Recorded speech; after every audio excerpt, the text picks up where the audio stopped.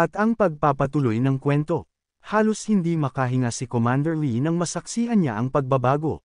Hindi niya magawang ikubli ang kanyang pagkagulat. Hindi ko inasahan na kaya ni Gui Ji na mag-anyong ganito bilang paboritong kabit ng Lord ng Lungsod. Ngunit higit pa riyan, may isa pang bagay na bumagabag sa kanya. Ayon sa mga bulong-bulungan, ang taong may 1,000 mukha, ang tunay na pinuno ng madilim na hukbo. Ngayon ay malinaw na sa kanya ang katotohanan. Kung ganun hindi na nakapagtataka kung bakit ako inalis ng siyang commander sa inner guard ng palasyo. Bulalas niya, puno ng panghihinayang. Biglang nagsalita si Luo Chen, na matagal nang tahimik na nagmamasid. Kanina pa ako may hinala ang spiritual energy ng siyang commander ay kapareho ng sa ating mga kalaban. Malaki ang posibilidad na siya ang nagsugo ng mga assassin.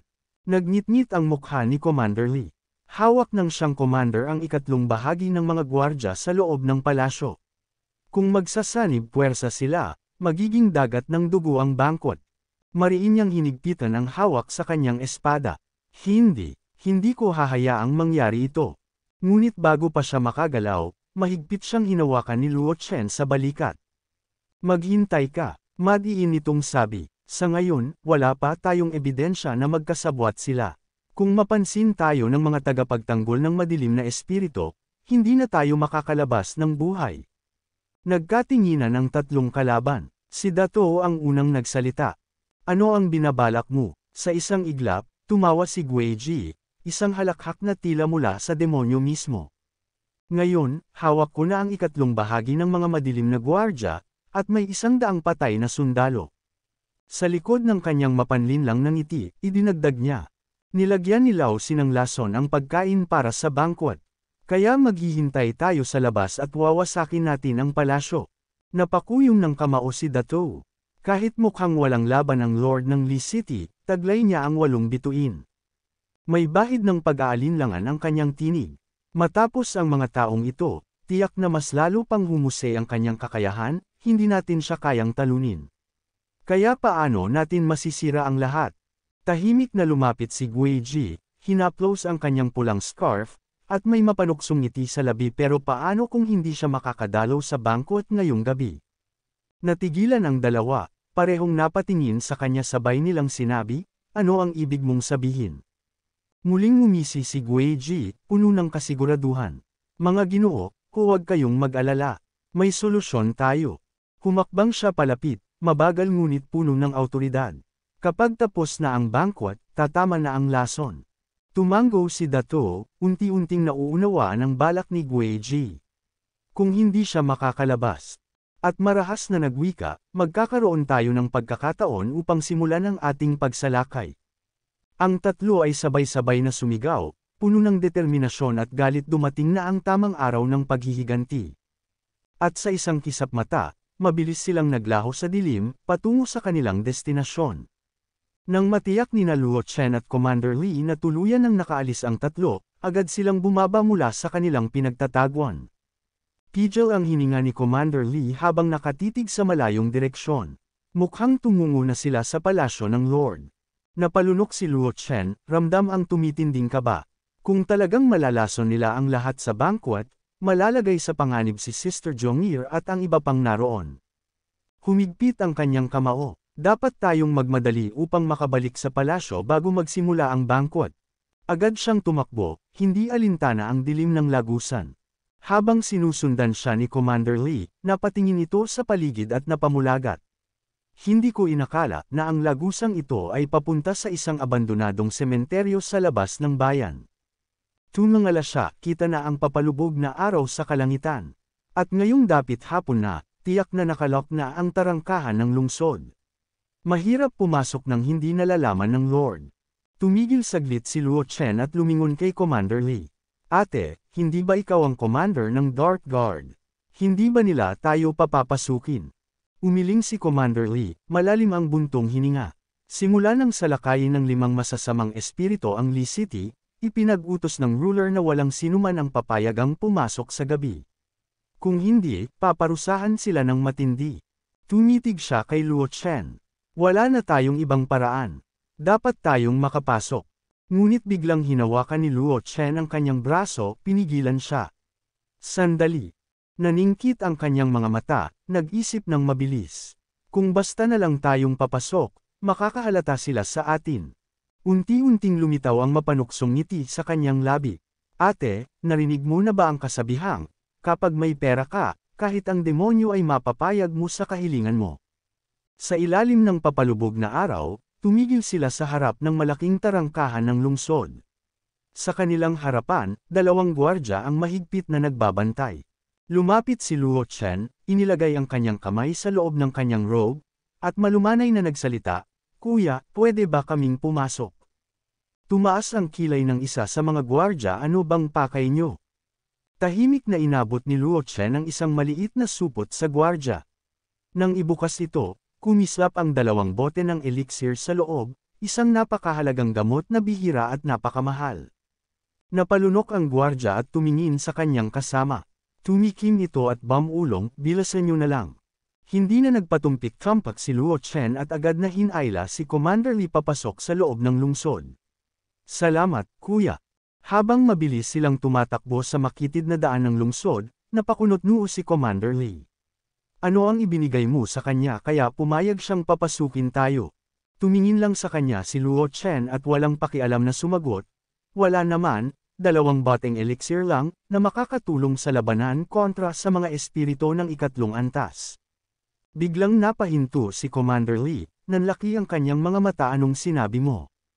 Humarap siya kay Luo Chen, hindi makapaniwala. Ang fighting spirit elixir ay hindi lang nagpapagaling ng sugat, kundi nakakatulong din sa espiritual na pagpapalakas. Napakabihira nito, at ang isang bote ay nagkakahalaga ng hindi bababa sa 100 gintong pilak. Tumitig siya kay Luo Chen, puno ng pagtataka. "Sino ka ba talaga? At saan mo nakuha ang ganitong kayamanan?" Ngunit ngumisi lang si Luo Chen, tila nagtatago ng lihim. "Natagpuan ko lang iyan." "Bakit ka ba kinakabahan, ate?" Lalong kumunat ang noo ni Commander Lee. "Mukhang nagdududa pa rin ako sayo. Pagkatapos kong ayusin ang mga bagay sa palasyo, babantayan kita ng mabuti." Ngunit bago pa niya matapos ang kanyang sasabihin, napansin ni Luo Chen ang kakaibang pamumutla ng kanyang mukha. Agad niyang hinawakan ito sa balikat, puno ng pag-aalala. "Ate, ayos ka lang ba? Parang pangit ang itsura mo." Bahagyang napayuko si Commander Lee, hinahabol ang kanyang hininga. "Wala iyon, kailangan lang nating makabalik sa palasyo ng mabilis upang mapigilan ang kanilang balak laban sa Lord." Pero sa isang iglap, mabilis na kumilos si Luo Chen, ipinikit niya ang kanyang mga mata at ginamit ang kanyang spirit vine. Sa isang kisap mata, mahigpit na gumapos ang mga espiritual na halaman sa katawan ni Commander Lee, hindi ito makagalaw. Nagulat siya at napasigaw, "Ano ang ginagawa mo?" Ngunit hindi sumagot si Luo Chen. Sa halip, mabilis niyang kinuha ang badge ni Commander Lee. Nang makita ito ng komandante, bumigat ang kanyang boses. "Ibalik mo ang aking badge." Pero nanatiling matatag si Luo Chen. May mga kaaway na nakatago sa dilim. Hindi natin alam kung gaano nakalapit ang kanilang plano. O kung nakapasok na sila sa palasyo. Lumapit siya kay Commander Lee, ang kanyang tinig puno ng pangamba. "Ate, kung basta tayo papasok, magdudulot lang iyon ng takot at kaguluhan. Bakit hindi ka muna magpahinga? Si Luo Chen ang bahala sa lahat." Napahigpit ang hawak ni Commander Lee sa kanyang espada, ngunit bago pa siya makasagot, biglang lumabo ang kanyang paningin. "Hindi ako papayag."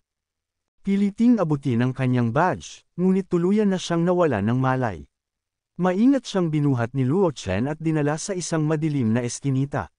Dahan-daang tinakpan ito ng kanyang kapa at mahina ngunit mariing bamulong. "Hindi ko papayag ang masaktan ka. Nasugatan ka na dahil sa malamig na hangin. Ayokong makita kang mamatay." Huling sulyap bago siya lumisan. "Hayaan mo ako ang bahala." Sa tarangkahan ng palasyo, pagdating ni Luo Chen, agad siyang hinarang ng mga gwardya. "Ako ay isa sa 10 kandidato." Ngunit mahigpit ang tinig ng bantay, nagsimula na ang bangkwat. Wala nang maaaring pumasok. Hindi natinag si Luo Chen. Mabilis niyang inilabas ang badge at itinaas ito. "Ito ang badge ng Dark Guard. Huwag mo akong hadlangan." Nag-atubili ang bantay, ngunit itinutok ang sibat sa kanya. "Isa pang hakbang at patay ka na." Naningkit ang mga mata ni Luo Chen. "Ano ang ibig mong sabihin?" Bago pa siya makagalaw, dumating ang 2 pang gwardya. Itinapat nila ang kanilang mga sibat sa kanya. Hanggat hindi ka miyembro ng madilim na gwardya, hindi ka maaaring makapasok ng walang utos mula sa Panginoon ng palasyo. Biglang lumitaw ang isang mataas na opisyal ng gwardya. Lumapit ito at pinagmasdan si Luo Chen bago unti-unting kinuha ang badge mula sa kanyang kamay. Bata, saan mo nakuha ang badge ng komandante? Ano ang nangyari sa kanya? Matatag ang sagot ni Luo Chen. Maaari ba akong lumapit upang magpaliwanag? Saglit na nagkatinginan ng mga gwardya. Pagkatapos ng ilang sandali, sabay-sabay silang nagsalita. Sundan mo ako. Sa loob ng palasyo, habang naglalakad, muling nagtanong si Luo Chen sa isang gwardya. Nagsimula na ba ang piging? Darating ba ang Panginoon? Nag-aalinlangang sumagot ang bantay. Umalis ang Panginoon kasama ang kanyang ika-4 na asawa. Hindi pa nagsisimula ang piging. Napakunot-noo si Luo Chen. Ipapaliwanag ko sa inyo ang lahat. May nagbabalak na atakihin ang Panginoon ngayong gabi. Pumunta sa kusina at siguraduhin na walang sesalat sa mga pagkain. Pagkarinig nito, pinagpawisan ang gwardya. Ako ay isa lamang kapitan ng madilim na gwardya. Ano ang magagawa ko? Hinawakan ni Luo Chen ang kanyang balikat, tumingin sa kanyang mga mata, at marahang nagsalita. Nasa iyo na ang kanyang badge ngayon, kaya umaasa ako na malulutas mo ito. Pupunta ako sa piging upang balaan sila. Bago lumisan, isang huling bilin ang kanyang iniwan. Nasa iyo na ang susunod na hakbang. Sa bulwagan ng piging ng Panginoon. Sa gitna ng maringal na bulwagan, naroon ang batang young Master Li Tian. Nag-aalab ang kanyang titig habang nakatanaw sa labas ng bintana. Hindi pa ba bumabalik si ama? Yumuko ang kanyang tapat na alalay ayon sa ulat ng mga alipin. Ang Panginoon ay pumunta sa lawa kasama ang kanyang ika-4 na asawa. Sumiklab ang galit sa mga mata ni Li Tian. Maraming nabigo sa torneo. At ang ilang pamilyang maharlika ay hindi na nagtitiwala sa Panginoon. May oras pa ba siyang mamasyal sa lawa? Nag-atubili ang matandang alalay. Bago bamantong hininga gabi na, young master, gumawa na tayo ng pagsusulit at alamin ang resulta bago dumating ang Panginoon. Hindi nagpatumpik-tampak ang young master at agad na sumagot, simulan na natin. Lumapit siya sa harapan ng lahat. Ang kanyang tinig ay malamig ngunit puno ng determinasyon. Ang kabataan ang magiging haligi ng hinaharap na pinuno. Biglang sumigaw ang matandang alalay. Ang kanyang tinig ay umalangaw sa buong silid. Ngayong taon, ang karangalan ng Li City ay nakasalalay sa torneo. Mga ginoo, kung mayroon kayong alitan, maari kayong maghamon. Dahil dito nabaling ang atensyon ng lahat, at napawika si Zhong Xiao. Sa kanyang mga mata ay refleksyon ng pagkamangha at kaba. Isang hamak na alipin ngunit nakapagtaglay ng 7 bituin. Tunay ngang hindi masabayan ang lalim ng Panginoon ng lungsod. Ngunit walang pag-aalinlangan ng young master. Tumayo siya ng matikas at nagbigay ng isang anunsyo na nagpagulat sa lahat. 10 tao ang pipiliin para sa isang oras, at lalakad papunta sa palasyo ng mandirigma bilang gantimpala. Ngunit ngayon, bilang batang Panginoon, pinili kong kanselahin ang oras na ito. Nabigla ang mga tao. Hindi ka seryoso. Nagbibiro ka ba? Ngunit itinataas lamang ng young master ang kanyang kamay. Pinipigil ang ingay. Bibigyan ko kayo ng 3 oras imbis na 1. Pareho pa rin ang mga batas. Kung ayaw ninyo, maari kayong maghamon. Isang lalaki ang itinaas ng kamay at sabay sambit. Ako si Bei Chen, Free Stars Fighting Spirit Realm. Hinahamon kita, Luo Chen. Nagkaroon ng kaguluhan sa buong bulwagan, sigawan, hiyawan, at masigabong pagsang-ayon ang pumuno sa paligid. Lahat sila, may iisang nais, ang hamunin si Luo Chen. Ngunit sa kabila ng ingay ng kanilang mga tinig, walang ni isa mang lumabas upang harapin siya. Sa gitna ng pananabik at pag-aabang, napailing na lamang ang young master ng ano ang ginagawa ng pamilyang Zhong at bakit pinapatagal nila ang labanan. At tinanong ni Zhong Xiao si Zhong nang nasaan si Luo Chen. Nagmamadaling sumagot si Zhong pinilit kong pigilan siya sa paglabang kay Mo Chen. Sa palagay ko nabuwayzat siya at hindi na sumipot. Napatigil si Bei Chen, nag-aalab ang kanyang galit. Ano? Luo Chen, takot ka bang magkasugat? Kung hindi ka lalaban, isa kang duwag. Bago pa siya makapagsalita muli, bumukas ng bigla ang pintuan. Sa liwanag ng buwan, lumitaw si Luo Chen. Mabigat ang kanyang mga hakbang, tila may ibinabalik na bigat sa kanyang puso. Nahihiya niyang binitawan ang mga salitang. Paumanhin na late ako, natahimik ang lahat, walang kumibo. Lumingon si Bei Chen at tumindig sa kanyang harapan. Ako si Bei Chen, 3 stars fighting spirit at gusto kita makalaban. Ngunit bago pa niya matapos, sumagot si Luo Chen ng walang bahid ng takot. Sige, salamat. At nagulat ang mga tao at nagbulungan at bakas sa kanilang mukha ang pag-aalinlangan. Sa gilid, mabilis na lumapit si Zhong puno ng pag-aalala. Salbaw ka. Saan ka ba nagpunta? Nag-alala ako na may masamang nangyari sa'yo. Akala ko iiwan mo ako ng walang palem. Mahina lamang ang tinig ni Luo Chen, ngunit dama ang kanyang sinseridad. Hinawakan niya ang kamay ni Zhong Ate Zhong huwag kang umiyak na wala lang talaga ako. Ngunit hindi natuwa si Bei Chen sa kanilang pagpapalitan ng emosyon. Sumiklab ang galit sa kanyang dibdib. Ang sinumang magpapawalang bahala sa akin ay dapat magbayad ng buhay. Nagmamadali siyang naghanda upang umatake, ngunit hindi na niya nagawa. Ngunit bago pa siya makapaghanda ng kanyang pag-atake, bigla siyang inunahan ni Luo Chen. Isang mabilis at malakas na hampas ang tumama sa kanya, dahilan upang siya ay tumilapon. Kasabay ng matalim na titig ni Luo Chen, malamig niyang winika. Hadlang ka sa landas ko. Sa isang tabi, isang figure ang nagmasid sa kaganapan. Si Gelong hindi niya naiwasang magtanong sa sarili. Sino siya? Bakit siya malapit sa pangalawang binibini ng pamilya Zhong? Napangiti naman ang kanyang kasama na si Muse at pabirong nagtanong. Nagseselos ka ba, Gelong? Hindi mo ba sinabi dati na hindi ka interesado sa mga babae? Sa gitna ng tensyon, ilang mandirigma ang lumantad, isa-isang nagpapakilala habang naglalabas ng kanilang espiritual na enerhiya. Ngunit sa halip na matakot, isang malamig na ngiti ang lumitaw sa labi ni Luo Chen habang tinitingnan ang mga nagtipong mandirigma. Ano ang ginagawa ninyo? Umaasa ba kayo sa dami ng tao upang takutin ako? Bago pa siya makasagot, nagsalita si Wei Hao. May halong pang-uuyam ang kanyang tinig. Ano, takot ka bang makipaglaban? Ang pamilya Zhong ay nagbigay ng isang upuan para sa walang kwentang ito. Wala na bang ibang karapat-dapat sa Li City? Mula sa gilid, hindi na nakapagtimpi si Zhong Xiaoer at galit na sumagot. Wei Hao, pinagtatawanan mo ba ang pamilyang Zhong? Sa pag-aakusa sa kanya ng walang kwenta, sinasabi mo bang walang silbi ang pamilya Zhong? Ngunit hindi natinag si Wei Hao at diretsyong itinuro si Zhong Xiaoer. Hindi ba totoo? Hamina na ang pamilya Zhong. Kung hindi dahil sa suporta ng pamilyang imperial, magkakaroon pa ba sila ng dalawang upuan? Napangisi si Bai at marahas na nagsalita. Ang batang ito ay palaging umiiwas sa laban. Duwag, sa kabuuan, hindi siya karapat-dapat sa kanyang lugar. Tanggalin ang isang miyembro ng pamilya Zhong sa torneo. Nagalit si Zhong Xiaoer, ngunit bago pa siya makagalaw, mabilis siyang pinigilan ni Luo Chen. May katahimikan sa kanyang tinig habang hinawakan ang kanyang kamay. Ate Xiaoer, ayos lang. Silang lahat ay mga payaso lamang. Hindi dapat tayo magalit sa mayayabang na hanggal. Ngunit hindi na napigilan ni Bai ang naglalagablab nitong galit. Sa dagandong ng kanyang tinig, sumabog ang kanyang puot. Hayop ka. Hinahanap mo ang kamatayang mo. Sa isang iglap, naglaho siya mula sa kanyang pwesto, at sa bilis ng kidlat, sumugod kay Luo Chen. Dala ang isang napakabangis at ubod lakas na atake. Ngunit bago pa man sumayad ang kanyang kamao, isang anino ang biglang lumitaw sa harapan ni Luo Chen. Si Zhong Xiaoer. Sa isang marilag na kilos, hinarang niya ang malupit na atake ni Bai ng Mo.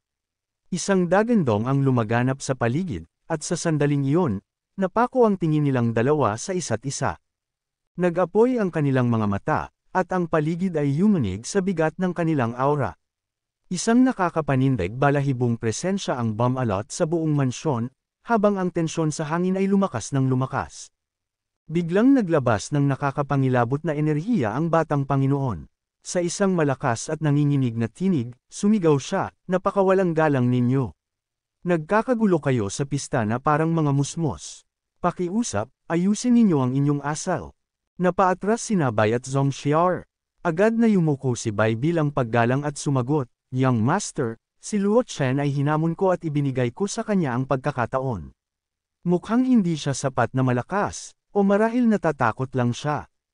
Isang matalim na tingin ang ipinukol ng batang Panginoon kay Luo Chen, At may bahid ng panunuya ang kanyang tinig nang sabihin niya, ang pinag-uusapan natin dito ay ang kinabukasan ng Lee City.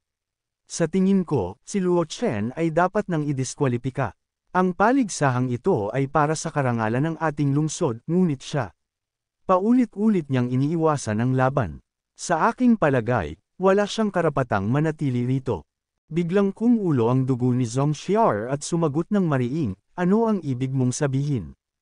Bago pa siya makagalaw, isang kamay ang mahigpit na humawak sa kanyang balikat. Si Luo Chen, tahimik ngunit matatag. Sa malamig na tinig, nagsalita si Luo Chen, pangkat ng mga tupa. Hindi ako interesado sa ganitong klase ng paligsahan at bamigat ang hangin sa paligid, na parang biglang humigpit ang tanikala ng kapalaran. Ngunit hindi pa siya tapos. Ngunit may isang bagay akong dapat sabihin sa iyo, young master, isang bagay na hindi maaaring ipagpaliban ng matagal. Ngunit sa halip na huminahon, lalong nagalit ang batang Panginoon. Itinuro niya si Luo Chen at Pasiga na nagbitaw ng hatol, napakayabang mo. Anong klaseng mahalagang usapan, iyan? Ako ang young master ng Lee City. At dahil dyan, idinidiin niya ang bawat salita, inaalis ko ang iyong karapatan sa paligsahan. At higit pa riyan, ang pamilya Zhong ay paparusahan dahil sa iyong pagkabigo. Nagpanteng ang tenga ni Zhong Xiar sa narinig.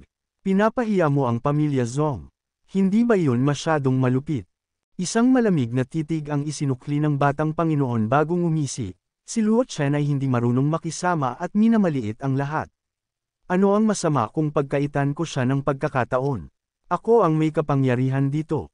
At ngayon, itinaas niya ang kamay at sinabayan ng nakakapasong aura. Ginang Jun, talagang gusto mo bang makita siyang matalo? Isang hindi maipaliwanag na presensya ang bumalot sa buong mansyon, at sa isang iglap, naglabas ng mas matinding enerhiya ang batang Panginoon.